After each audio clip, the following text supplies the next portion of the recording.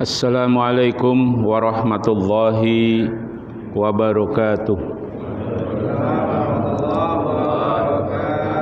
Innal hamdalillah nasta'inuhu wa nastaghfiruh wa na'udzu billahi min sururi anfusina wa min sayyiati a'malina may yahdihillahu fala mudhillalah wa may yudlil fala hadiyalah.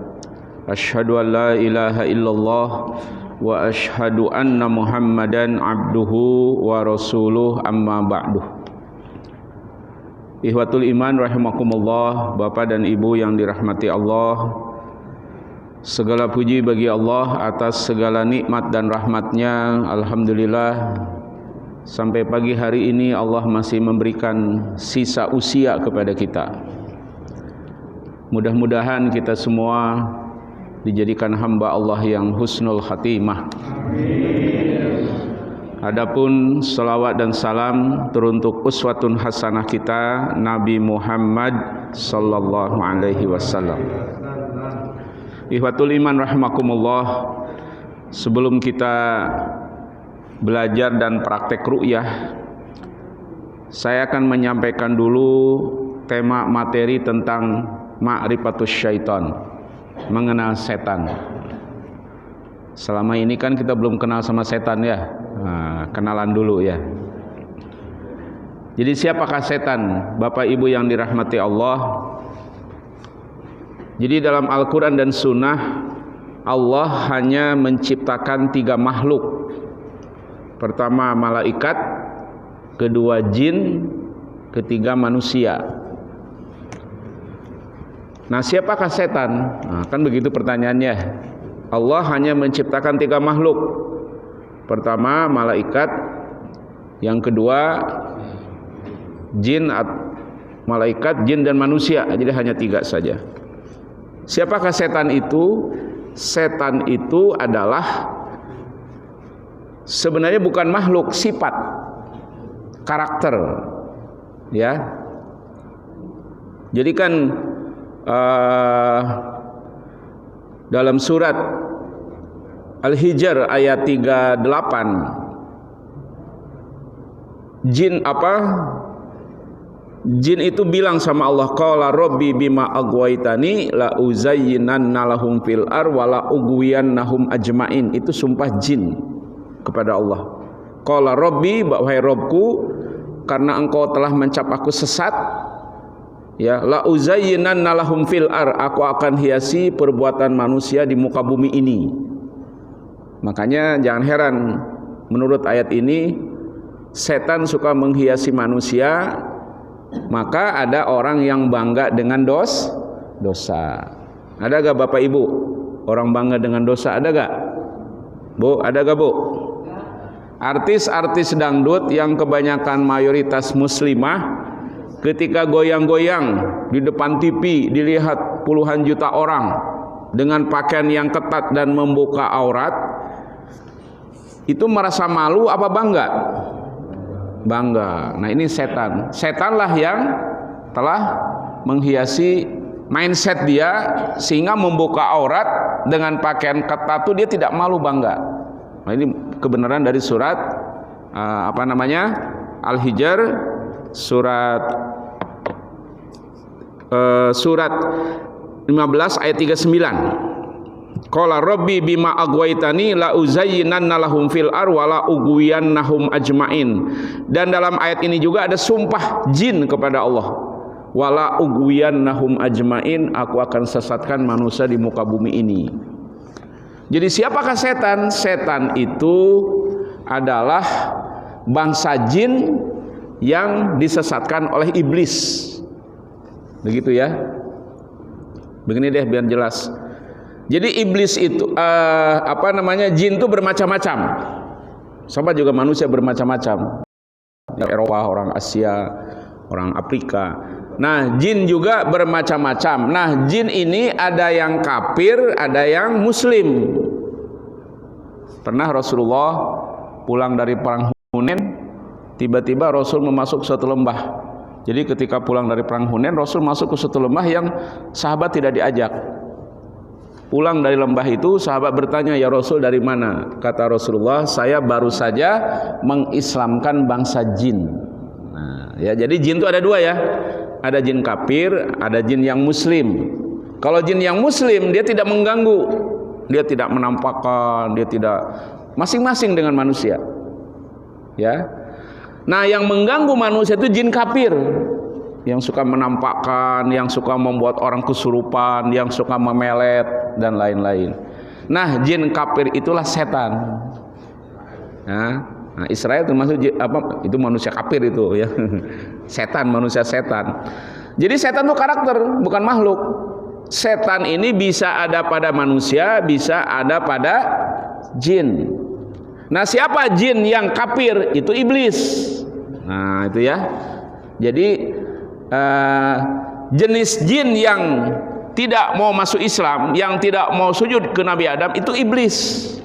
Nah, iblis inilah yang akan membuat kaderisasi, akan mengkader dari kalangan manusia, dari kalangan jin. Nah, jadi setan itu karakter,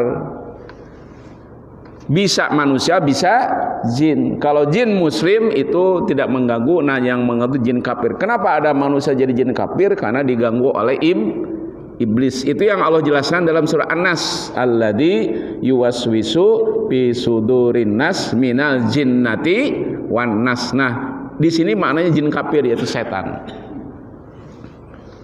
Jelas, Pak? Bapak serius amat dengan ceramah saya? Kan gak ada UTS, Pak. Jelas ya? Jadi Allah hanya menciptakan 3 makhluk, manusia, jin, dan malaikat. Siapa setan? Setan itu adalah karakter dan sifat. Sifat ini bisa ada pada jin, bisa ada pada manusia. Siapa yang menyesatkan jin, siapa yang menyesatkan manusia, itu iblis. Iblis itu salah satu bangsa jin yang kafir kepada Allah. Nah, pertanyaannya, Ustadz, apakah ada kerjasama antara jin dengan manusia? Ada. Suka ada kerjasama antara setan, yaitu jin kafir, dengan manusia.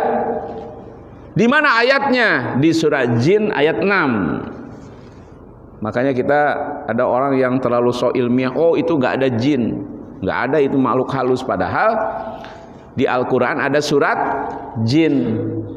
Ya, dan dalam beberapa ayat ada juga Allah menjelaskan tentang jin.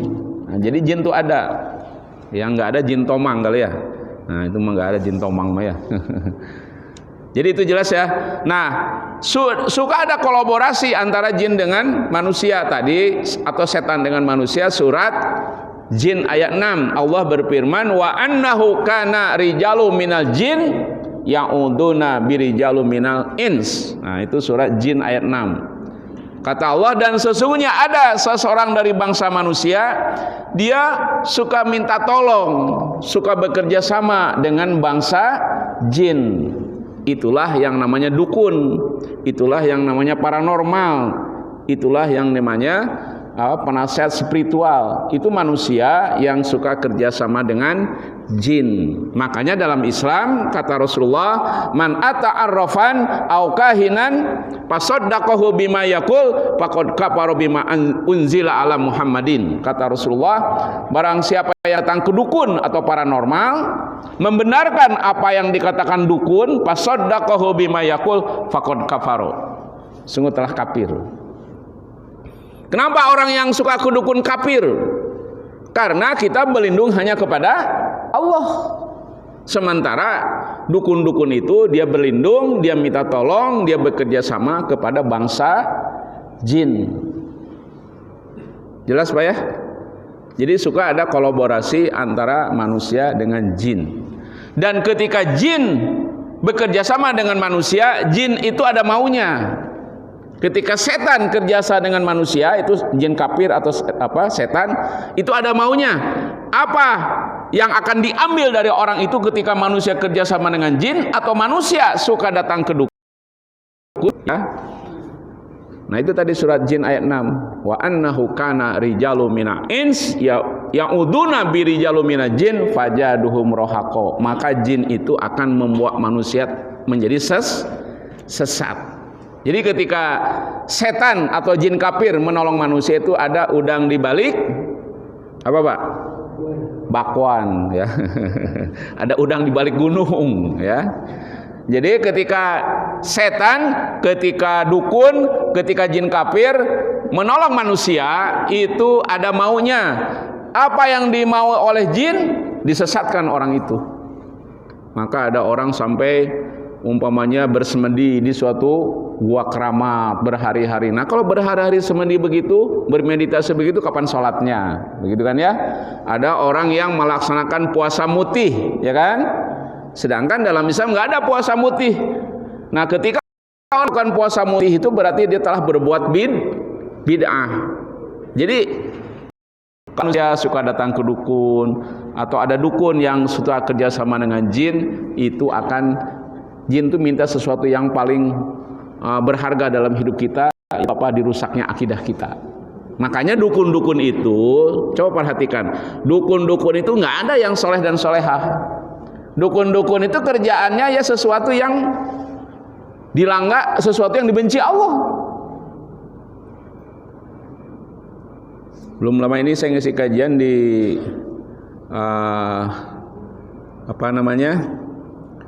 di salah satu perumahan mewah ya.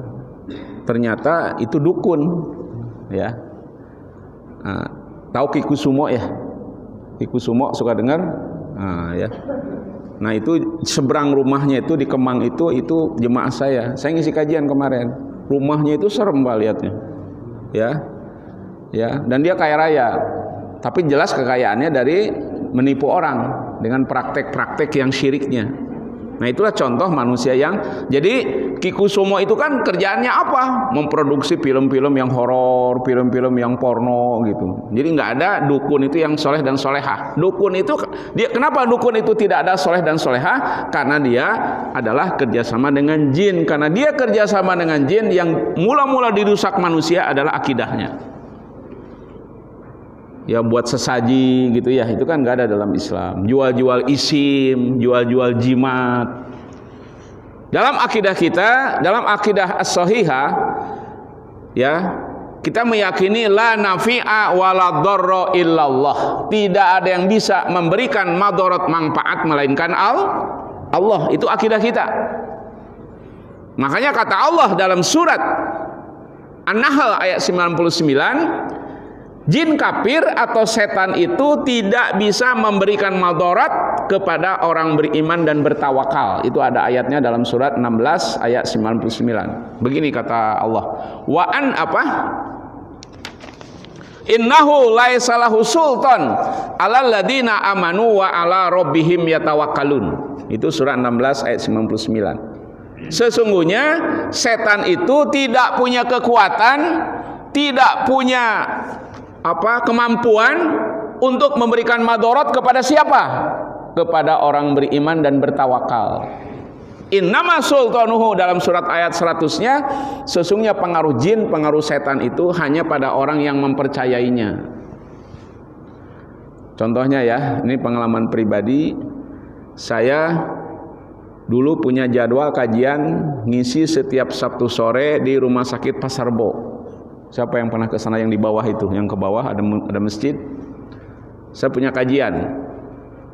Nah, suatu hari tiba-tiba saya di jemaah, Pak Ustadz, DKM masjid ini tersinggung dengan tema yang kemarin.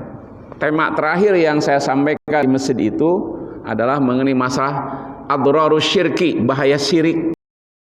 Lalu saya bilang, kenapa DKM-nya tersinggung? Karena salah satu DKM dari masjid Pasar Rebo itu anggota pemburu hantu.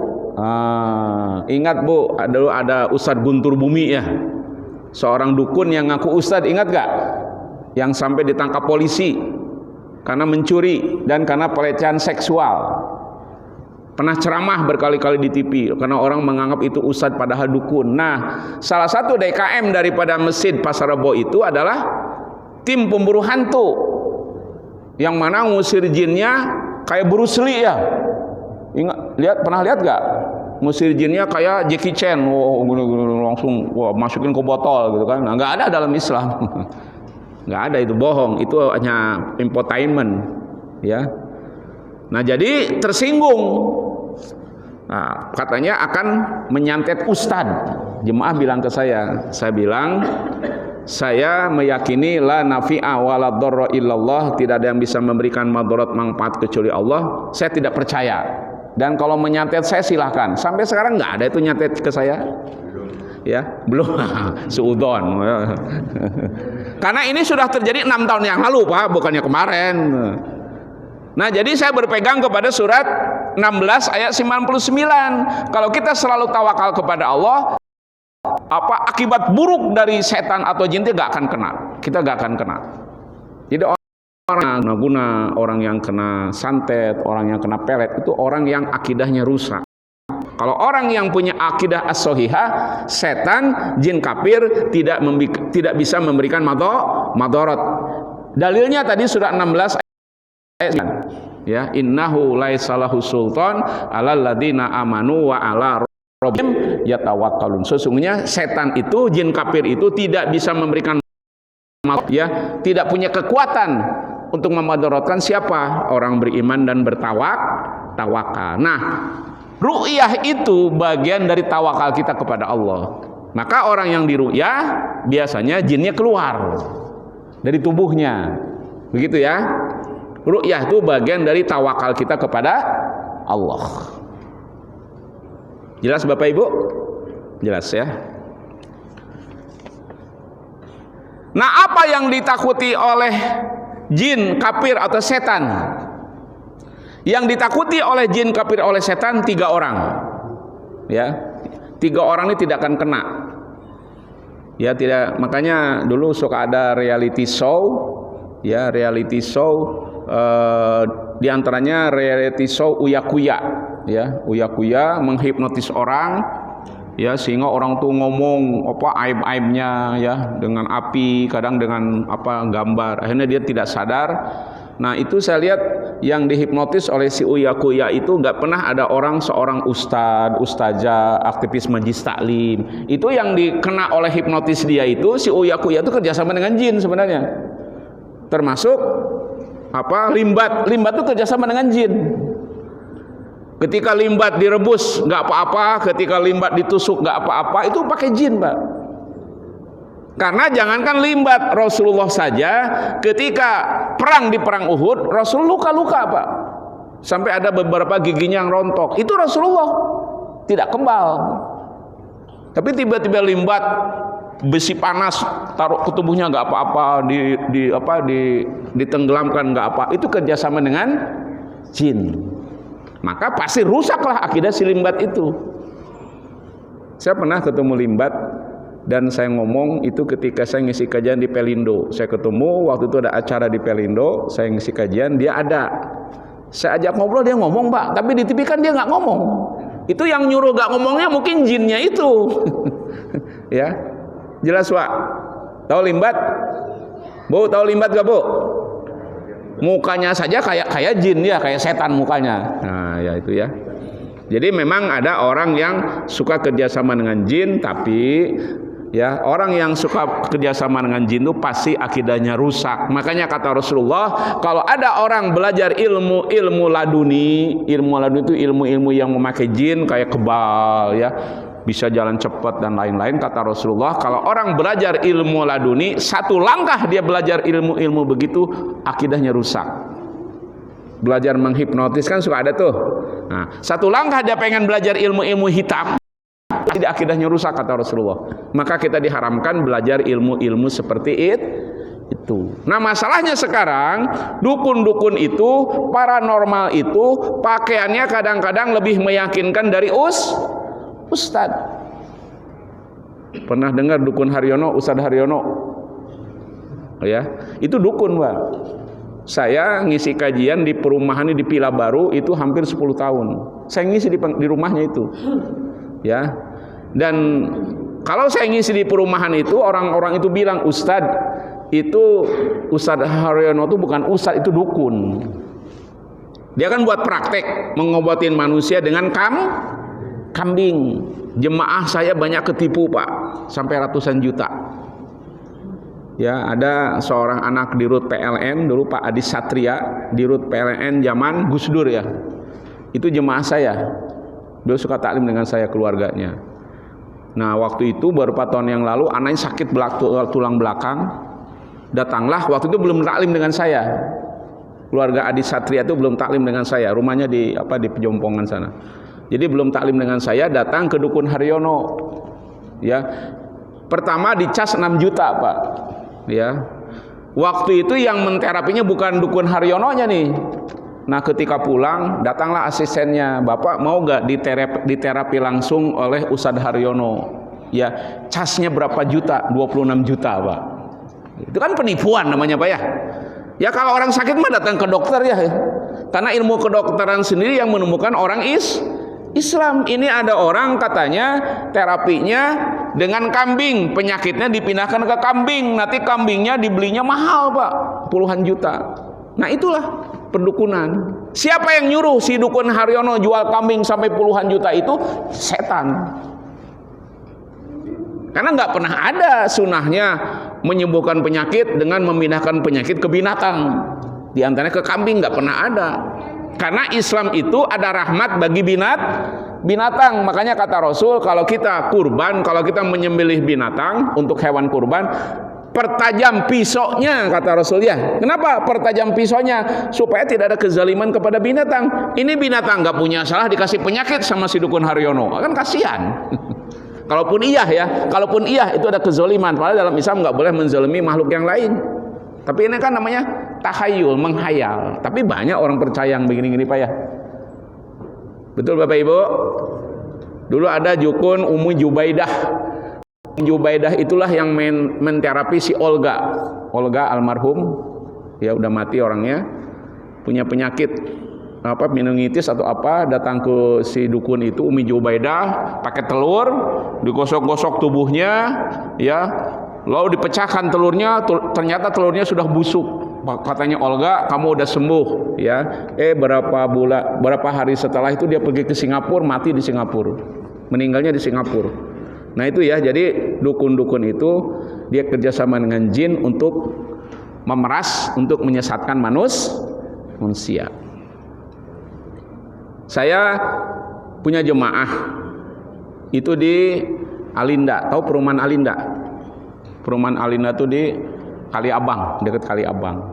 Nah, anaknya ini bukan dia, anaknya suaminya dimutasi ke, ini contoh jin ya, bahayanya jin, dimutasi ke Kalimantan. Nah, kan dalam surat An-Nas, alladzi yuwaswisu fi sudurin nas minal jinnati wan nas. Nah, anaknya yang perempuan itu digoda jin, digoda setan, was-was. Jadi ada tuduhan suaminya selingkuh. Padahal suaminya gak selingkuh. Nah, karena anaknya belum ngaji dengan saya, datanglah ke dukun di Babelan. Datang ke dukun, dan sering datang ke dukun itu. Ya, sampai lupa kepada suami dan anaknya. Sampai cuek ke anaknya, Pak. Suaminya pulang dari Kalimantan cuek. Tiap hari dia datang ke dukun. Ternyata hasil dari analisa saya, karena akhirnya saya ru'yah, dukun itu naksir kepada anaknya itu. Karena memang cantik. Jadi saya juga masih tahu yang cantik, Pak. Saya kan belum katarak ya, Pak. Nah, jadi anaknya jemaah saya itu cantik, usia baru 26 tahun, datang ke dukun. Dukunnya naksir. Akhirnya dia tidak hirau dengan anak dan suaminya. Karena sudah ada mindset mengatakan suaminya selingkuh di Kalimantan. Padahal nggak selingkuh. Suaminya aktivis masjid. Akhirnya saya ru'yah. Pas saya ru'yah itu muntah, Pak. Muntah, di situ baru dia sadar. Baru dia sadar selama ini dia datang ke dukun dipelet oleh dukun, naksir kepada dukun. Nah itu ya contoh bahwa bahaya kalau manusia itu berkonsultasi minta pertolongan kepada dukun. Karena Allah berfirman la nafi'a wala dharra illallah. Coba buka surat 7 surat Al-A'raf ayat 188. Ya. Rasulullah aja tidak bisa memberikan madarat manfaat kalau tanpa izin dari Allah. Rasulullah saja tidak kebal, Rasulullah saja tidak tahu masalah gaib. Karena yang namanya dukun, yang namanya paranormal itu suka meramal. Padahal kata Allah, Rasul aja tidak tahu masalah gaib. Coba buka surat 7188. Ini supaya akidah kita bersih dari kepercayaan kepada kesirikan. Ya, saya bacakan ya, surat Al-A'raf ayat 188. Ternyata Rasulullah itu tidak bisa memberikan madarat manfaat tanpa izin Allah. Buktinya apa? Rasulullah kalah di perang Uhud. Kalau Rasulullah tahu masalah gaib, Rasulullah tidak akan pergi ke medan Uhud. Karena di medan Uhud Rasul luka-luka. Di medan Uhud 70 sahabat besar syahid, termasuk pamannya Sayyidina Hamzah. Rasul ke medan Uhud untuk berperang menunjukkan apa kepada kita? Menunjukkan gaib. Contoh lagi Pak ya, ada sunnah puasa Tasu'a Asyura. Awalnya Rasulullah puasa tanggal 10 ya, Muharram. Nah, orang-orang Yahudi yang masuk Islam bilang ke Rasulullah, termasuk Abdullah bin Salam. Abdullah bin Salam itu pendeta Yahudi dari Madinah yang masuk Islam. Bilang ke Rasulullah, ya Rasulullah, orang Yahudi juga puasa tanggal 10 Muharram, memperingati selamatnya dikejar oleh Fir'aun ketika dikejar di Laut Merah. Kata Rasul, oh kalau begitu tahun depan kita puasa tanggal 9-nya. Jadi Tasu'a Asyura. Ternyata Rasul keburu meninggal. Itu menunjukkan apa? Menunjukkan apa Pak? Rasulullah tidak tahu masalah gaib. Nah, ini ayatnya ada bahwa Rasulullah tidak bisa memberikan madarat manfaat kepada kita dan tidak tahu masalah gaib. Sementara dukun-dukun itu suka mengatakan saya bisa mendatangkan rizki, bisa membuat orang jadi anggota DPR, bisa untuk dapat jodoh. Padahal Rasul aja gak bisa kalau tanpa izin dari Allah. Ini saya bacakan ayatnya. Qul la amliku li nafsi naf'an wala dharan.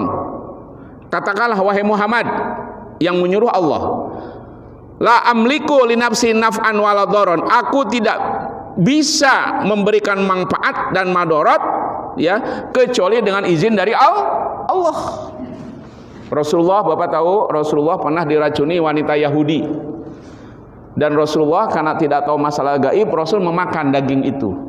Akhirnya dikasih tahu oleh Allah. Makanya ada penelitian ahli medis, mungkin katanya yang penyebab Rasul meninggal itu, kalau penyebab utama memang ajal ya, di antara pendekatan medisnya penyebab Rasul meninggal itu racun yang dimakan daging dari wanita Yahudi itu masih ada dalam tubuh Rasulullah ya. Nah, kenapa Rasul memakan daging yang diracuni wanita Yahudi? Itu menunjukkan Rasulullah tidak bisa memberikan manfaat bagi dirinya pribadi kalau tanpa izin dari Allah. Sementara ada dukun bisa membuat orang kaya, bisa membuat orang jadi anggota DPR, bisa membuat tokonya laku. Itu urusan Allah, bukan urusan manusia.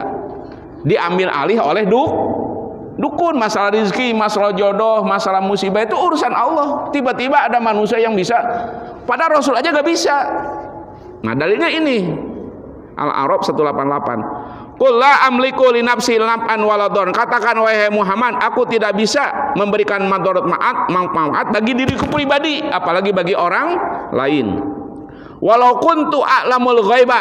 Kalau engkau tahu masalah gaib, Allah bilang ke Rasulullah ya, lastaksartu minal khair wa ma masaniya su.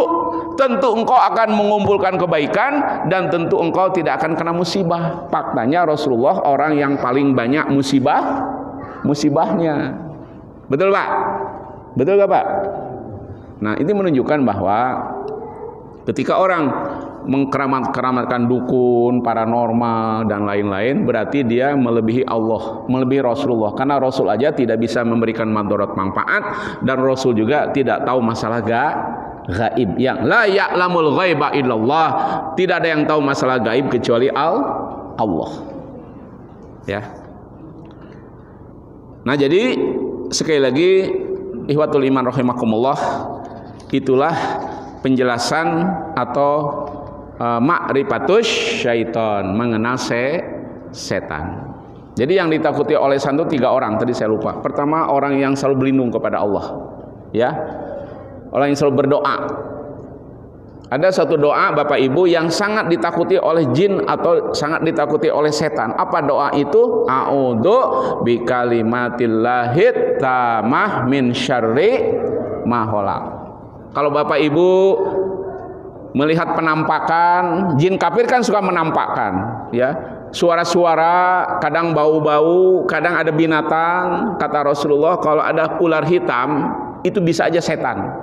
Ya, kalau ada ular hitam itu bisa aja setan. Jadi, nah kalau jin kafir menampakkan, cara mengusirnya kata Rasul mudah sekali. Hanya berdoa yang sangat pendek. A'udzu bikalimatillahi tammah min syarri ma khalaq. Kata Rasul, kalau kita berdoa ini, maka jin-jin ada di sekitar kita yang akan memadorotkan kita akan lari, kata Rasulullah. Akan takut kepada kita. Apal gak Bapak Ibu doa ini? Doa ini ada dalam doa pagi dan petang.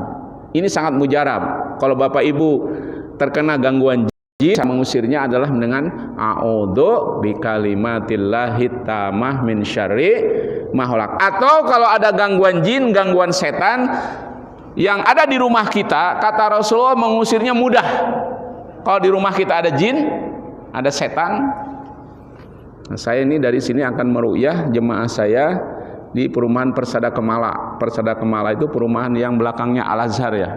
Karena rumahnya suka diganggu jin. Saya akan meruqyah. Ada di sini, saya mau ke sana. Ya. Nah, jadi ada firman sabda, pernah Rasul bersabda begini, Pak. Begini, ini sahih hadisnya. Inna syaitan yanfiru minal bait allati fihi tuqra'u suratul Baqarah. Setan itu, jin kafir itu akan lari dari rumah yang di rumah itu dibaca surat Al-Baqarah. Jadi untuk mengusir jin yang ada di rumah mudah sekali. Orang yang ada di rumah itu diruqyah dan dibacakanlah di rumah itu surat Al-Baqarah. Kalau rumahnya 2 lantai, 2 kali surat Al-Baqarah. Karena kata Rasulullah, ya, dengan dibaca surat Al-Baqarah setannya akan lari. Inna syaitan, setan itu yanfiru itu akan lari minal bait, dari rumah allati fihi tuqra'u suratul Baqarah, yang di rumah itu dibaca surat Al-Baqarah. Nah, kadang-kadang ada jemaah yang syukuran rumah, pindah rumah, dan rumahnya, saya bilang ke jemaah itu, coba baca dulu Al-Baqarah 1 kali tamat, supaya jin di rumah itu keluar. Karena kita tahu ada hadisnya ya, bahwa kalau rumah kosong selama 40 hari lebih dan tidak ada manusia masuk ke rumah itu jin akan masuk ke situ. Pernah dengar nggak hadis itu, Pak? Kalau rumah kosong, makanya Bapak Ibu di rumah kita jangan sampai ada kamar yang kosong. Kalaupun ada kamar yang kosong, harus sekali-kali dibuka, dibersihkan, masuk cahaya matahari. Jangan dibiarin. Bahasa Inggrisnya ngajumeleng. Tahu ngajumeleng? Nah, itu kamar dibiarin di rumah kita. Kalau itu dibiarin, masuk jin. Ya, masuk jin. Cara mengusirnya itu baca surat Al-Baqarah. Saya belum lama ini, Pak, meruqyah di toko pertokoan Aralia. Pertokoan Aralia itu di Harapan Indah. Ya, ada jemaah saya mantan camat Jatinegara beli pertokoannya 3 lantai. Dia beli tahu berapa M, mewah ya pertokoan. Nah, karena dia orang Palembang, Pak Tamrin namanya, orang Palembang, dia anaknya itu ada 2 orang buka usaha empek-empek. Ya, jadi 3 lantai buka usaha empek-empek. Ustadz, ya ketika anak saya buka usaha empek-empek selalu diganggu jin. Jadi ada rasa, ada penampakan, kadang-kadang masuk toilet, di dalam toilet ada yang ngobrol Pak Ustadz, padahal gak ada orang. Anak saya lagi tidur diganggu terus dengan mimpi-mimpi buruk. Saya bilang ke jemaah saya, Pak Tamrin, berapa lama kosong pertokoan atau ruko itu? 3 tahun Pak Ustadz. Saya bilang, Pak Tamrin, jangankan 3 tahun, kalau ada bangunan, kalau ada rumah kosong selama 40 hari tidak pernah dibuka, tidak pernah ada masuk manusia, ada jin. Akhirnya saya ruqyah, Pak. Kan 3 lantai, setiap lantai baca Al-Baqarah. Anaknya yang tinggal di situ 2 orang, saya ruqyah. Nah, kemarin ketemu di Majlis Taklim Muhammadiyah di Harapan Indah, Pak Ustadz, alhamdulillah sekarang anak saya nggak diganggu jin, dan alhamdulillah gangguan yang ada di ruko saya itu nggak pernah terjadi lagi karena jinnya keluar. Itu Pak ya. Jadi cara meruqyah bangunan, cara meruqyah rumah mudah sekali, hanya dengan baca surat Al-Baqarah. Makanya sebelum saya mempraktekkan ruqyah, saya perlu jelaskan ruqyah itu ada 2, Pak. Hati-hati ya. Ruqyah itu ada 2, ada ruqyah nusroh, ada ruqyah syariah. Ruqyah nusroh adalah ruqyah minta bantuan kepada jin, dan ini hukumnya haram. Kalau orang datang ke dukun, kata Rasul, sekali datang saja lantuk bal sholata arba'ina yauman, tidak akan diterima sholatnya 40 hari. Kenapa? Dia ru'yahnya ru'yah nusroh, ru'yah minta bantuan jin. Nah, ru'yah yang saya ajarkan ada ru'yah syar'iyah. Apa bedanya ru'yah syar'iyah dengan ru'yah nusroh? Ru'yah syar'iyah kita bertawakal kepada Allah melalui bacaan-bacaan ayat-ayat Al-Quran. Sementara ru'yah nusroh itu dia melalui jin atau setan. Itu bedanya ru'yah. Makanya hati-hati kalau mau terapi ru'yah ini syar'i tidak. Jangan-jangan ini ru'yah nusroh. Nah, contoh dari ru'yah nusroh itulah yang dipraktekkan oleh Dukun Haryono itu. Sekarang udah bangkrut, Pak. Ya, udah bangkrut karena orang Bekasi sudah tahu itu dukun.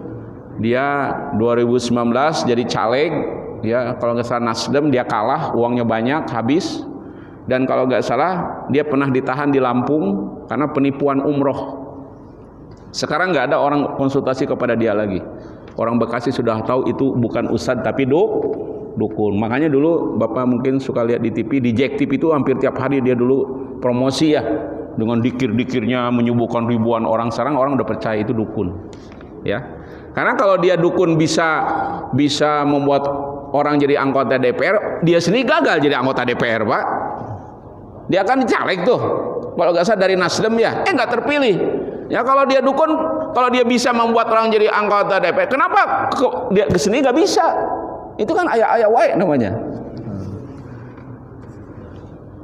Saya ingat tuh waktu saya tinggal di Bogor ada Gendeng Pamungkas. Masih ingat Gendeng Pamungkas? Dukun yang murtad setelah umroh, itu kan luar biasa. Orang umroh tuh biasa naik iman ya. Dia mah pulang dari umroh murtad, masuk Kristen. Nah, saya masih tinggal di Bogor waktu itu tahun kurang lebih 2009. Nah, terjadilah pilkada di Bogor dan si Gendeng Pamungkas tuh ikut pilkada di situ, Pak. Ikut pilkada, ternyata dia kalah total. Dia orang yang paling bawah itu, Pak, perolehan suaranya. Disitulah orang mulai sadar bahwa dukun itu penipu. Kalau dia hebat, kalau dia bisa mempengaruhi orang, kenapa dia kalah dalam pilkada itu? Dia paling bawah itu perolehan suaranya. Ya, itulah dukun itu penipuan. Sementara orang yang banyak datang kepada dia pengen jadi gubernur, pengen jadi wali kota, pengen jadi bupati, dia sendiri gagal jadi wali kota Bogor. Nah, itulah perdukunan itu sebenarnya penipuan. Tapi kenapa masih orang percaya kepada dukun? Nah, itulah ya mentalitas orang Indonesia itu minded dikit-dikit dukun, ya. Nah, sekarang kita belajar ru'yah dan praktek langsung. Nah, ada air tidak dalam baskom atau air aqua seliter setengah dan sendok, Pak, ya, karena saya bawa daun bidara ini.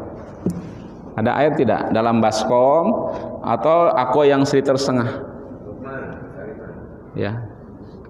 Kenapa pakai daun bidara, Pak? Karena kata Rasul daun bidara ini racun bagi bangsa jin.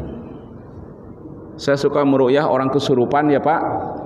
Setelah saya sediain air, masukin daun bidara 2 sendok, saya bacakan ayat-ayat ru'yah, itu orang bisa sadar.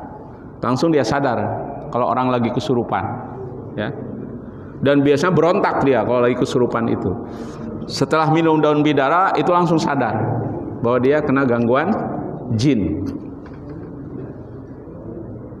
Anak-anak ya, Pak, anak-anak bayi, balita biasanya kalau nangis lama tidak keluar air mata itu kena gangguan jin, Pak. Saya pernah meru'yah, nah kayak air gitu ya, boleh. Ada sendok.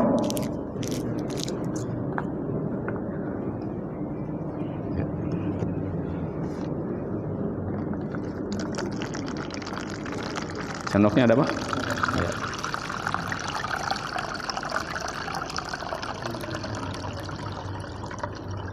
Udah. Sebenarnya idealnya meru'yah itu airnya 1 galon, tapi ini mah hanya hanya contoh ya. Tapi pakai ini segini pun bisa, Pak. Nanti air ru'yah yang sudah campur daun bidara ini diminumkan setengah gelas kecil. Ini taruh di ember, campur air biasa lalu mandi. Bisa juga. Kalau 1 galon kan cukup untuk mandi juga ya. Ini mah hanya sebagai. Nah gini Pak, sebelum saya meru'yah itu sunnah ya Pak. Hadis-hadis yang saya baca mengenai ru'yah itu ada di kitab Fathul Bari jilid 10 halaman 39 ya. Di kitab Fathul Bari jilid 10, pokoknya jilid 10 deh, kalau halamannya kan tergantung edisinya ya. Atau ada di tulisan dari Syekh bin Bas. Syekh bin Bas mufti Arab Saudi, udah meninggal orangnya. Beliau menulis tulisan Ar-Risalah fi Sihri wal Kahanah, tulisan mengenai sihir dan perdukunan. Nah jadi yang saya ajarkan kepada Bapak pagi ini dan kita praktekkan itu referensinya kitab Fathul Bari jilid 10 ya. Kalau halamannya kan tergantung edisinya ya. Pokoknya kitab Fathul Bari jilid 10 dan kitab atau tulisan Syekh bin Bas punya Ar-Risalah fi Sihri wal Kahanah, tulisan mengenai sihir dan perdukunan. Nah jadi air ini nanti campur. Kalau daunnya ya Pak, ini daun bidara ini ada di seluruh dunia Pak. Ya di Indonesia ada sidir atau apa bahasanya apa kalau di sini ya di Indonesia. Pokoknya daun bidara deh. Cuma kemarin jemaah saya pergi ke herbal salah ngomong Pak. Nanyanya daun bidakara. Bidakara mah kan perkantoran ya Pak. Dia salah dengar mungkin ya. Di sini ada Pak. Oh ya ada, di mana-mana ada Pak. Ya. Kalau hadis itu kan sifatnya universal ya Pak. Di Eropa ada, di Asia ada, di Arab ada. Nampak ya kalau meru'yah ya tahun 7 lembar diulek ya Pak. Diulek sampai hancur, taruh di air. Nah sekarang sudah enak pakai kemasan begini, serbuk. Kalau serbuk itu 2 sendok Pak. 2 sendok itu sama dengan atau lebih dari 7 lembar ya Pak ya. 2 sendok ya, udah 2 sendok diaduk Pak ya. Nah setelah air ini dicampur dengan daun bidara, bacakan ayat-ayat ruqyah ya. Nanti ayat-ayat ruqyahnya saya share ke Pak Apip. Mana Pak Apip? Ya nanti saya share ke Pak Apip, nanti Pak Apip share ke jemaah ya. Jadi ayat ruqyah itu ada 9 langkah. Ada 9 langkah ayat ruqyah Pak ya. Pertama di depan air yang sudah campur daun bidara ini, ibu-ibu lihat ya ibu-ibu? Atau dibuka itunya? Apa namanya? Biar lihat. Ibu lihat gak Bu? Mau lihat cara meru'yah? Ada kamera di situ nggak ada? Nggak ada kamera, nggak ada. Nggak terserah. Jadi pertama meru'yah itu siapkan air dulu, dan airnya ingat harus air mateng. Kenapa harus air mateng? Karena harus diminum. Kalau air yang nggak matang nanti bahaya kepada perut ya. Sediain air matang kayak begini. Campur daun bidara, kalau daunnya 12 lembar. 7 lembar maaf, 7 lembar. Diulek, masukkan ke air. Ada 9 langkah dalam membaca ayat-ayat ruqyah. Saya jelaskan ya. Pertama, di depan air ini baca Al-Fatihah. Ya Pak. 1 kali tamat. Yang penting tartil. Kalau merasa kurang 2 atau 3 kali boleh diulang. Ya, yang penting kita bacanya tartil. Yang kedua, baca ayat kursi di depan air ini. Ya, baca ayat kursi. Yang ketiga, baca surat Al-Kafirun. Jadi yang pertama Al-Fatihah, yang kedua ayat kursi, yang ketiga baca surat Al-Kafirun. Udah 3 langkah ya. Yang keempat, baca surat Al-Ikhlas. Ya, baca surat Al-Ikhlas. Nanti kita baca rame-rame. Yang kelima ya. Yang kelima baca surat Al-Falaq. Kita sudah tahu trikul ya, trikul. Yang keenam baca surat An-Nas ya. Kalau merasa belum khusyuk diulang boleh 2 atau 3 kali. Baca surat Al-A'raf tapi hanya 3 ayat di depan air ini. Apa suratnya? 117, 118, 119. 3 ayat surat Al-A'raf. Ya. Sudah? Yang ketiga di depan air ini, yang ketiga, yang keberapa? Kedelapan. Ini urusannya ngantuk ini ya. Yang kedelapan baca surat Yunus. Saya tidak KKN, memang surat Yunus walaupun nama saya Yunus ya. Ini tidak ada unsur KKN Pak ya. Baca surat Yunus 79 sampai 82. Ayat 79 sampai 82. Ya. Sudah? Jadi 4 ayat. Tadi Al-A'raf 3 ayat ya, 117, 118, 119. Yang ke-8 baca surat Yunus 79, 80, 81, 82, berarti 4 ayat. Yang terakhir Bapak Ibu baca surat Toha. Surat Toha itu surat ke-20. 65, 69. Jadi 65, 66, 68, 69. Kalau Bapak dan Ibu belum hafal surat Al-A'raf ayatnya, surat Yunus, surat Toha, mudah caranya. Bapak baca di depan air ini di stabilo. Umpamanya Bapak Ibu belum hafal surat Al-A'raf 117, 118, udah dibuka, ditandain di stabilo, bacakan di depan air begini. Ya. Nah, sama juga surat Yunus, surat Toha, bisa begitu. Setelah dibacakan ayat-ayat ru'yah, kan mudah. Ayat ru'yah itu kepada orang yang kita mau ru'yah itu diminumkan setengah gelas aqua kecil. Nah, setengah gelas aqua segini Pak, diminumkan ya, pelan-pelan diminumkan. Boleh diangetkan, boleh campur dengan jus, boleh campur dengan kopi atau teh gitu ya, terserah. Pokoknya setengah gelas itu masuk, diminumkan. Atau boleh juga ditaruh di makanan yang ada air kayak sayur-sayur gitu ya. Nah seperti itu.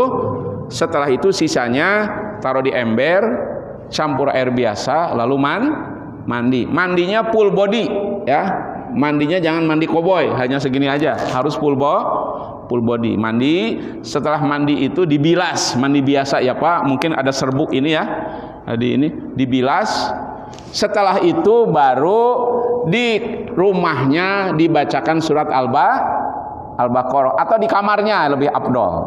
Di kamar orang yang kita mau ru'yah baca surat Al-Baqarah 1 kali tamat, 2 juz setengah, 200, 1 juz setengah ya, 2 juz setengah, 200. Baca setelah mandi ya, baca setelah mandi. Apa? Itu aja follow up-nya. Ya, yang bacanya boleh siapa aja dan boleh dicicil ya Pak. Dicicil, apa dihanca, kata bahasa Sunda tuh dihanca. Jadi umpamanya kan banyak tuh 280 anak, ayahnya 50 ayat, ibunya 50 ayat, anaknya nambah begitu. Tapi harus berurut. Dibaca yang di tempat ada gangguan jin. Umpamanya kamarnya pernah diganggu jin, baca di situ. Ya, pernah mahasiswa saya kos di suatu kosan yang lama kosong. Ketika dia masuk ke kos itu diganggu terus oleh jin ya. Gangguannya ada di toilet. Makanya Bapak Ibu, tempat yang favorit jin itu mana? Toilet. Makanya toilet kita Bu, WC kita harus bersih, harus wangi ya, harus terang. Karena salah satu tempat favorit jin itu toilet. Makanya doa masuk toilet apa Bu? Doa minal hubusi wal khoba. Hubus itu setan laki-laki dan setan perempuan. Ya Bu ya. Nah, makanya tadi toilet kita harus bersih, harus wangi, harus terang. Jangan redup. Kalau WC kita redup ya, tidak bersih, apalagi berbau, itu masuk jin. Nah, jadi akhirnya saya suruh baca Al-Baqarah di kosannya. Ya akhirnya sekarang enggak ya. Nah, jelas ya Bapak Ibu. Yang perlu kita ru'yah ada 5 orang.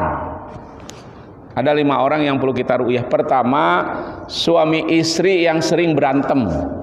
Ya, Bu. Kalau berantem sekali-kali wajar ya, Bu. Betul gak? Rasulullah aja pernah, bukan berantem ya, Rasulullah aja pernah konflik dengan Hafsah istrinya, putrinya Sayyidina Umar. Rasulullah aja pernah konflik, sampai pernah menceraikan, tapi gak jadi. Jadi kalau sekali-kali ribut, biasa Rasul dan sahabat juga sama istrinya ribut. Ya, saya juga suka ribut dengan istri. Tapi jangan sering. Kalau ibu pengen punya suami tidak ribut dengan ibu, mudah caranya. Menikah dengan yang bisu, Bu. Nggak mungkin ribut ya. Paling begini-gini ya. Gini. Bapak juga sama, Pak. Kalau punya istri pengen nggak ribut, nikah dengan yang bisu ya. Jadi ribut itu biasa ya. Saya juga suka ribut dengan istri. Sahabat juga sama. Rasul juga ribut. Yang perlu diruqyah itu suami istri yang dikit-dikit ribut, itu perlu diruqyah. Karena dari beberapa hadis yang saya baca, padilah ruqyah itu kepada suami istri yang sering konflik. Ini Pak, ini pengalaman saya. Saya pernah meruqyah jemaah saya di perumahan Bumi Anggrek. Ya, jemaah saya itu sudah 2 tahun tidak bicara dengan suaminya. Satu rumah Pak, punya 4 anak, bayangkan Bu, satu rumah nggak ngomong dengan suami. Nah, waktu habis pengajian saya pernah mengantarkan dia, cuma dengan istri saya. Jadi saya pakai mobil, habis pengajian karena lewat depan rumahnya saya turunkan jemaah saya itu. Dan saya ketemu suaminya, ngobrol juga sebentar. Saya bilang, Bu, kan kemarin saya ngantarin ibu dari pengajian dengan istri saya. Kok suami ibu ngomong dengan saya gak masalah? Iya Ustadz, kalau ada tamu dia acting seolah gak ada masalah. Padahal sudah 2 tahun gak ngomong.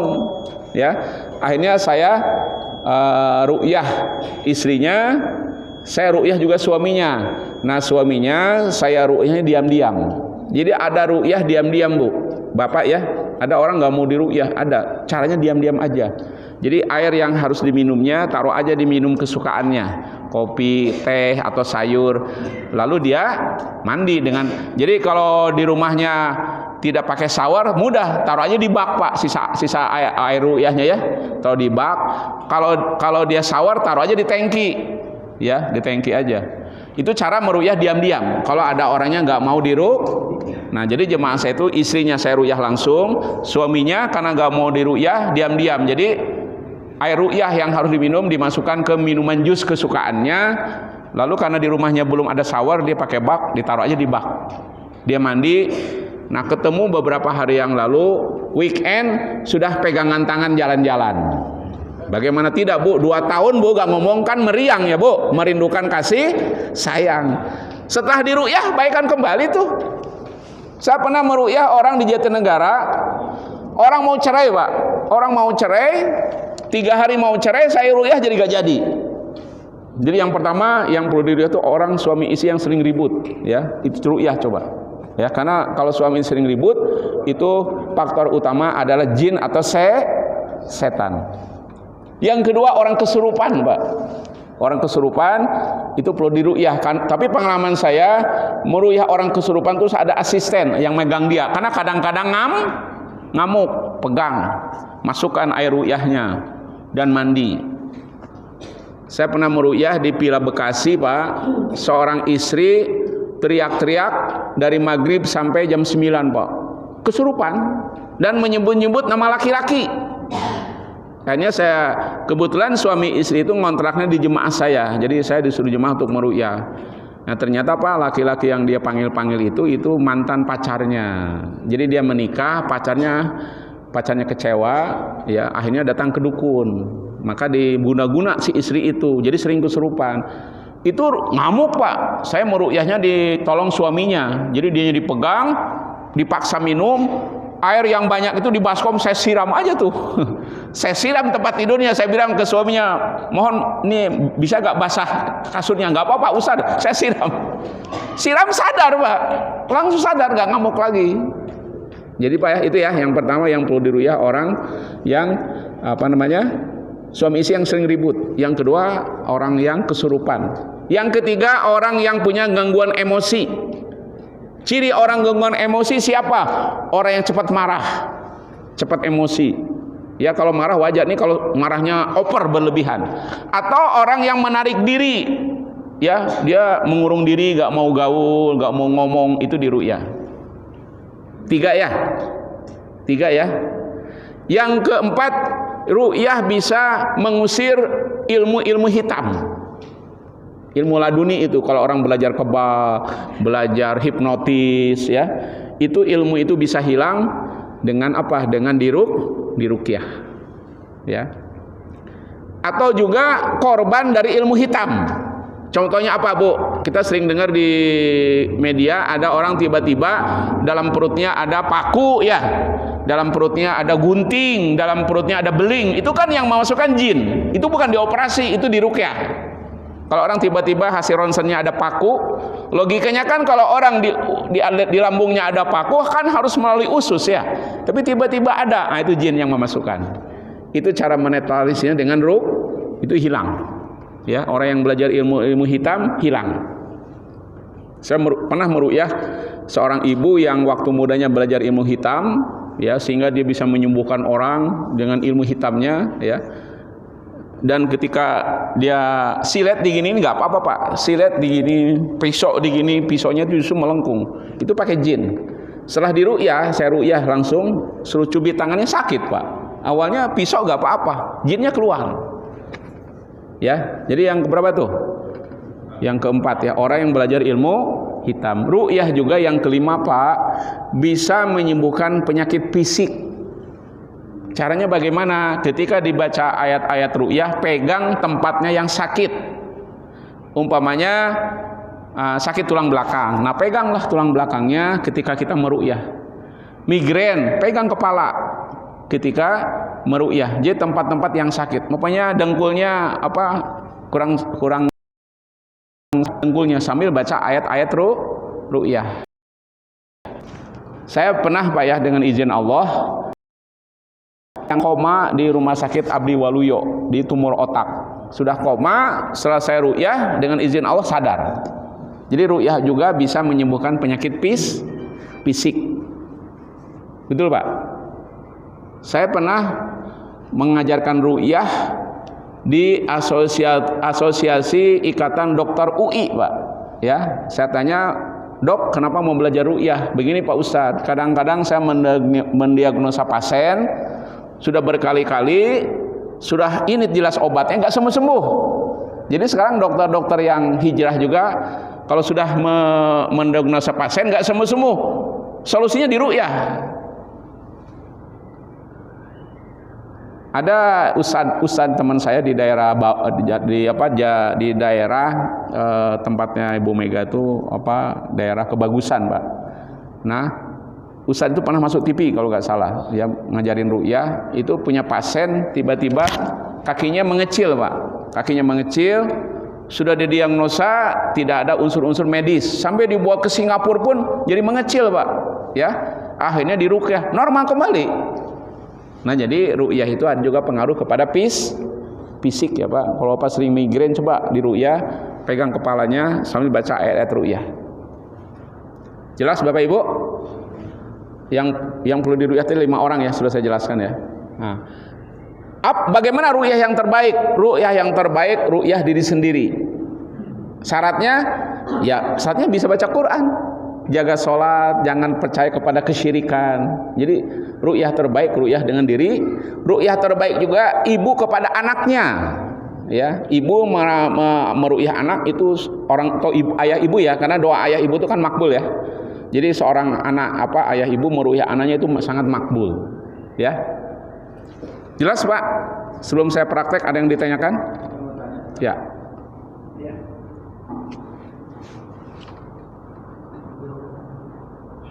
Assalamualaikum warahmatullahi wabarakatuh. Waalaikumsalam. Mau tanya tadi Ustaz pernah sampaikan.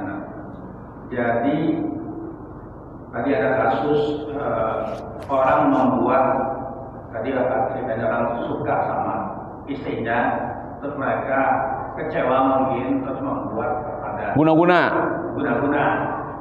Terus diketahui yang melakukan guna adalah si Anu. Ya. Pertanyaan saya, bisa tahunya itu gimana caranya Ustaz ya? Dari kita mendalami kasusnya. Tadi kan kasus jemaah saya yang di Babelan itu, dia di Alinda sebenarnya. Cuma dia sering ke dukunnya di Babelan. Itu dari cerita dia sendiri, dari cerita ibunya. Kasusnya apa, Bu? Oh, anak saya itu suaminya dimutasi ke Kalimantan. Tiba-tiba ada kecurigaan suaminya selingkuh. Maka dia datang ke dukun, maksudnya untuk menenangkan batin, minta pertolongan, bukan kepada Allah. Karena dia cantik, dukunnya naksir, dipelet itu. Nah, taunya dari ibunya cerita ke saya. Oh betul, prediksi saya, asumsi saya berarti dia dipelet oleh dukunnya. Sampai suaminya pulang dari Kalimantan dia cuek Pak, cuek aja dengan kepada anaknya pun dia cuek, sering ke dukun. Setelah diruqyah sembuh, kembali ke suaminya ngurus anaknya lagi. Itu contohnya dari dia curhat, dari cerita itu baru kita tahu kasus itu. Makanya biasanya sebelum saya meruqyah saya harus tahu dulu apa masalahnya. Tidak langsung saya ruqyah, apa masalahnya, sehingga saya bisa memberikan terapi gitu ya. Artinya tetap dugaan itu Ustaz ya. Bukan pasti dia tuh pelakunya. Kalau ada saksi pasti Pak. Kalau ada saksi datang ke dukun ya jelas lah. Tapi kalau dia nggak ada saksi, nggak datang ke dukun, itu dari gejala-gejala aja. Ya gitu ya. Jelas Pak. Gejala sebenarnya masih dugaan Ustaz ya. Iya. Betul Pak. Tapi ini kan ada saksi dia suka ke dukun. Dukunnya alamatnya juga ada. Jadi saya jelas dukunnya itu yang mempelet dia sehingga dia lupa kepada suaminya. Itu ya.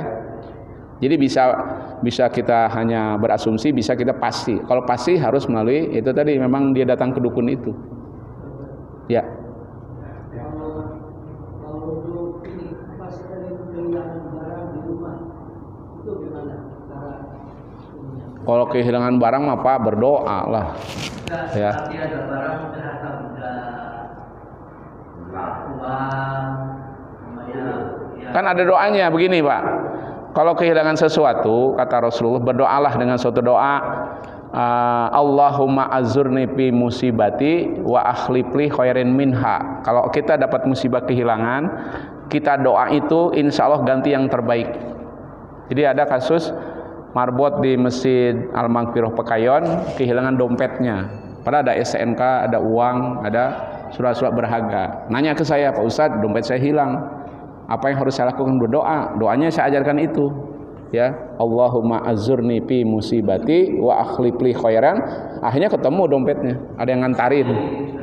Jadi hilang itu tidak wajar. Ya, jadi sudah berbagai macam tidak wajar dan sudah di. Nah, kalau begitu,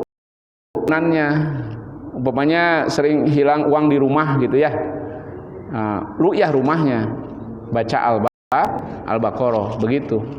Nah, kalau untuk meyakinkan, ruqyah juga orang yang kehilangan di ruqyah juga. Ruqyahnya orang yang sering kehilangan di ruqyah, bangunan juga menguruqyah bangunan hanya dengan baca Al-Baqarah. Gitu Pak Apip kasusnya. Kalau sering hilang uang ya. Karena saya juga pernah meruqyah orang sering kehilangan uang. Ya. Ustaz, bertanya lagi Ustaz. Ya. Ya, tadi kembali ke masalah lagi. Kita kalau dalam film cerita-cerita itu dulu ada mungkin seorang pahlawan, katanya sakti segala macam bisa mengalahkan zaman penjajahan. Ya, itu kan positif ya kalau ceritanya. Apakah juga termasuk tadi mereka berilmu itu sebagai kafir lah juga kan gitu. Yang kedua lagi ada film seperti kalau di film saya kecil dulu ya kan. Si Pitung itu kan jago-jago tuh ilmunya kebal semuanya tuh orang Belanda dia kan akhirnya ternyata ada kesaktian dia dukun apanya kena terus udah ada lemah gitu. Nah itu yang begitu gimana? Nah itu yang begitu. Sementara kisah kebaikan akhirnya yang dia lakukan gitu. Nah kalau ada orang ya ditembak, dibacok gak apa-apa, itu pasti pakai jin. Itu pasti dia belajar ilmu laduni. Karena Rasulullah saja, Habibullah kekasih Allah, luka di perang Uhud. Rasul tidak kebal Pak ya. Orang yang sangat dekat sama Allah, yang dicinta Allah tidak kebal. Nah tiba-tiba ada orang kebal. Nah itu belajar ilmu laduni, belajar ilmu hitam. Nah, kalau orang sudah diruqyah, ilmu hitamnya nggak ini lagi. Ya begitu Pak ya. Tadi hukumnya apa mereka seperti? Ya syirik lah. Yang sementara ilmu itu membela katanya pahlawan jadinya baik semuanya. Nah itu ada di surat 6 ayat 88. Artinya mereka karena Iya. itu melawan Surat 6 88. Jadi kalau orang berbuat syirik, segala amal ibadahnya hilang. Itu surat Al-An'am ayat 88. Begini kata Allah, walau asyraku lahabita anhum ma kanu ya'lamun. Kalau orang suka berbuat syirik, maka sia-sialah segala amal ibadah yang dia telah lakukan. Rajin ke masjid, tapi rajin ke dukun, hilang pahala ke masjidnya. Ya, bakti sama orang tua, tapi punya jimat. Nah, itu hilang segala bakti kepada orang tuanya. Jadi syirik itu bisa membatalkan semua amal soleh. Oke, kita mulai praktek ya. Ya. Saya pernah dengar tadi kita minta orang yang kalau dirasakan masuk surga tanpa hisab. Itu Jadi boleh nggak kita meminta diri kita dengan membaca banyak orang salah paham dengan hadis itu. Itu kan ceritanya hadisnya kata Rasulullah, ada umatku berapa 70.000 masuk surga tanpa hisab ya. Di antara orang begitu itu adalah orang yang tidak mau meruqyah dan diruqyah. Itu ruqyah nusroh, Pak. Yang dimaksud hadis itu ruqyah nusroh. Ruqyah nusroh itu syirik tadi. Kalau ruqyah syariah, Rasulullah aja pernah diruqyah oleh malaikat Jibril. Enggak, ini kita memintanya nggak boleh. Kan kalau diruqyah boleh, tapi kita nggak boleh meminta. Meminta boleh, Pak. Para sahabat suka minta ke Rasul kadang. Ada beberapa sahabat karena keluhan penyakit minta ke Rasulullah. Jadi minta boleh. Yang penting ruqyahnya syar'i. Yang hadis itu yang kata Rasul ada 70 sahabat umatku masuk surga tanpa hisab. Lalu berdiri Ukasyah, ya Rasul masukkan saya. Kata Rasul engkau termasuk. Lalu sahabat lain berdiri, ya Rasul juga masukkan saya. Kata Rasul kamu sudah didahului oleh Ukasyah. Lalu kata Rasulullah 70.000 sahabat yang masuk surga tanpa hisab itu diantaranya tidak mau meruqyah, tidak mau diruqyah. Nah kata ahli hadis, muhadisin, maksud hadis itu tadi kan saya jelaskan ada dua jenis ruqyah yang syar'i dan nusroh. Nah maksud hadis itu ruqyah nusroh, ruqyah yang syirik. Itu mah nggak boleh meruqyah atau diruqyah juga nggak boleh. Tapi kalau ruqyah syar'i, para sahabat suka minta diruqyah. Rasulullah pernah minta diruqyah oleh malaikat Jibril. Kalau ruqyah syar'i ya boleh. Ruqyah nusroh itu yang haram. Betul Pak ya? Kalau haram udah pasti bukan ya. Kalau yang ini kan sapi, dia kan haram masuk surga tanpa hisab. Kenapa Pak? Kan yang haramnya kan haram masuk surga tanpa hisab. Jadi dia tetap karena orang ada yang bisa masuk surga tanpa hisab. Jadi ada haram saja. Hasil penelitian saya mengenai hadis itu sahih, tapi kan Rasul gak menyebutkan inisial namanya ya. Cuma diantarakan kalau gak salah ada 3 cirinya. Di antara cirinya orang itu tidak meruqyah dan diruqyah. Itu hadisnya sahih, kita harus yakin dengan itu. Ya, karena hadisnya sahih. Nah, tapi hasil penelitian muhadisin termasuk dalam kitab Fathul Bari, maksud hadis itu ruqyah nusroh. Ruqyah nusroh tadi dalilnya ada di surat Jin ayat 6. Jadi kerjasama jin dengan manusia. Jelas Pak ya? Ya. Ruqyah nusroh kayak dukun Haryono itu pakai kambing, ada yang pakai kelinci ya Pak, ada yang pakai telur, ada yang pakai jimat-jimat. Nah itu ruqyah nusroh. Kalau ruqyah syariah hanya baca Quran aja. Tidak ada sembur-sembur, tidak ada pakai menyan, nggak ada. Kalau orang meruqyah pakai menyan itu nusroh. Meruqyah pakai kambing, meruqyah pakai apa? Ada yang pakai kelinci, nah itu nusroh, itu haram. Ya kita praktek ya. Yang apal ikut saya ya, yang apal. Kita langsung praktek Pak ya. Bu, ini ayatnya sudah dipakai daun bidara. Saya bacakan di depan air ini. Bapak yang apal ikut, yang belum apal menyimak ya. Kita mulai ya. Ikut semua, dinyaringkan suaranya. A'udzu billahi minasyaitonir rajim. Bismillahirrahmanirrahim. Alhamdulillahi rabbil alamin. Ar-Rahmanir Rahim. Maliki yaumiddin. Iyyaka na'budu ونستعين اهدنا الصراط المستقيم صراط الذين أنعمت عليهم غير المغضوب عليهم ولا الضالين بسم الله الرحمن الرحيم الله لا إله إلا هو الحي القيوم لا تأخذه سنة ولا نوم له ما في السماوات وما في الأرض من ذا الذي يشفع عنده إلا بإذنه يعلم ما بين أيديهم وما خلفهم ولا يحيطون بشيء من علمه إلا بما شاء وسع كرسيه السماوات والأرض ولا يؤوده حفظهما وهو العلي.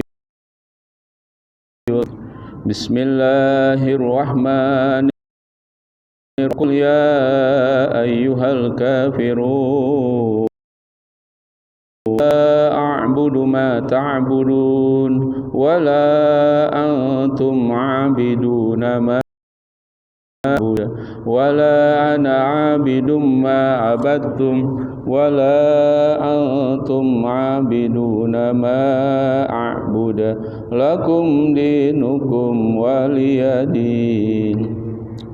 بسم الله الرحمن الرحيم قل هو الله أحد الله الصمد لم يلد ولم يولد ولم يكن له كفوا أحد.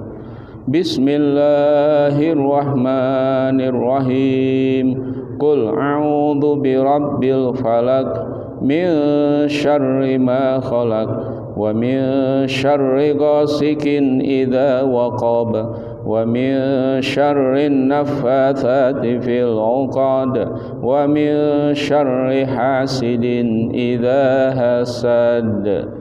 بسم الله الرحمن الرحيم قل أعوذ برب الناس ملك الناس إله الناس من شر الوسواس الخناس الذي يوسوس في صدور الناس من الجنة والناس.